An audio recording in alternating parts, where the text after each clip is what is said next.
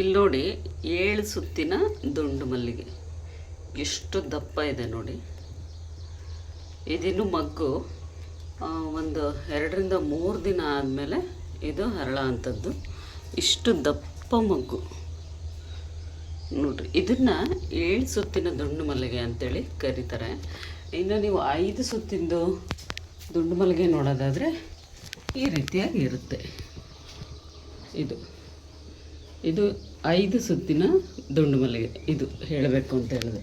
ಇದು ಒಂದು 3 ದಿನ ಆದಮೇಲೆ ಅರಳಿದ ಮೇಲೆ ಯಾವ ರೀತಿ ಇರುತ್ತೆ. ಸೊ ಇದು ನಿಜ 7 ಸುತ್ತಿನ ದುಂಡು ಮಲ್ಲಿಗೆನಾ ಅಂಥೇಳಿ ನಾನು ನಿಮಗೆ ಹೇಗೆ ನೋಡೋದು ಅನ್ನೋದ್ರ ಬಗ್ಗೆ ತಿಳಿಸ್ಕೊಡ್ತೀನಿ. ಒಂದು 2-3 ಡೇಸ್ ಆದಮೇಲೆ ಅರಳುತ್ತೆ. ಸೊ ಆಮೇಲೆ ಇದ್ರ ಬಗ್ಗೆ ತಿಳಿಸ್ಕೊಡ್ತೀನಿ ನೋಡಿ. ಇವಾಗ 5 ಸುತ್ತಿಂದೆಲ್ಲ 3 ಸುತ್ತಿಂದೆಲ್ಲ ದುಂಡು ಮಲ್ಲಿಗೆ ಇರುತ್ತೆ. ಯಾವುದೋ ಒಂದು ವಿಡಿಯೋ ನೋಡಿದ್ದೆ, ಅದರಲ್ಲಿ 5 ಸುತ್ತಿನ ದುಂಡು ಮಲ್ಲಿಗೆನ 7 ಸುತ್ತಿನ ದುಂಡು ಮಲ್ಲಿಗೆ ಅಂತೇಳಿ ಹಾಕಿದ್ರು. ಅದಕ್ಕೆ ಇದು 7 ಸುತ್ತಿನ ದುಂಡು ಮಲ್ಲಿಗೆ. ಸರಿಯಾಗಿ ನೋಡ್ಕೊಳ್ಳಿ. ಸೊ ಇದು ಅರಳಿದ ಮೇಲೆ ತೋರಿಸ್ತೀನಿ ನೋಡಿ. ಇವತ್ತು ಫುಲ್ಲಾಗಿ ಅರಳಿದೆ. ಎಷ್ಟು ಚೆನ್ನಾಗಿ ಅರಳಿದೆ ನೋಡಿ, ಫುಲ್ಲಾಗಿ. ಇದು 7 ಸುತ್ತು ಹೇಗೆ ಅನ್ನೋದನ್ನ ತೋರಿಸ್ತೀನಿ. ಇವಾಗ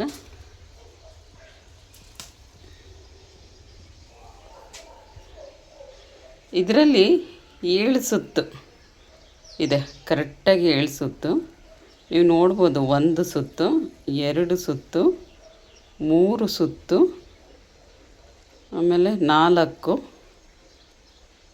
5, 6, 7 ಒಳಗಡೆ ನೀವು ನೋಡ್ಬೋದು. ಇದು ನಿಜವಾದ 7 ಸುತ್ತಿನ ದುಂಡು ಮಲ್ಲಿಗೆ.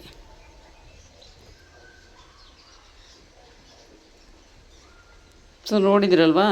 ಸೊ ಎಷ್ಟು ಪರ್ಫೆಕ್ಟಾಗಿ ಎಲೆಗಳೆಲ್ಲ ದಳಗಳೆಲ್ಲ ಅರಳಿದೆ ಅಲ್ವಾ ನೋಡಿ, ಎಷ್ಟು ಚೆನ್ನಾಗಿದೆ. ಒಂದೇ ಒಂದು ದುಂಡು ಮಲ್ಲಿಗೆ ಒಳ್ಳೆ ಪರಿಮಳ ಬರ್ತಾಯಿದೆ. ಸೊ ಈ ವಿಡಿಯೋ ನಿಮಗೆ ಇಷ್ಟ ಆಗಿದರೆ ಲೈಕ್ ಮಾಡಿ, ಶೇರ್ ಮಾಡಿ, ಕಮೆಂಟ್ ಮಾಡಿ. ನೆಕ್ಸ್ಟ್ ವ್ಲಾಗಲ್ಲಿ ಸಿಗ್ತೀರಿ ಫ್ರೆಂಡ್ಸು. ಟೇಕ್ ಕೇರ್ ಎಲ್ರಿಗೂ.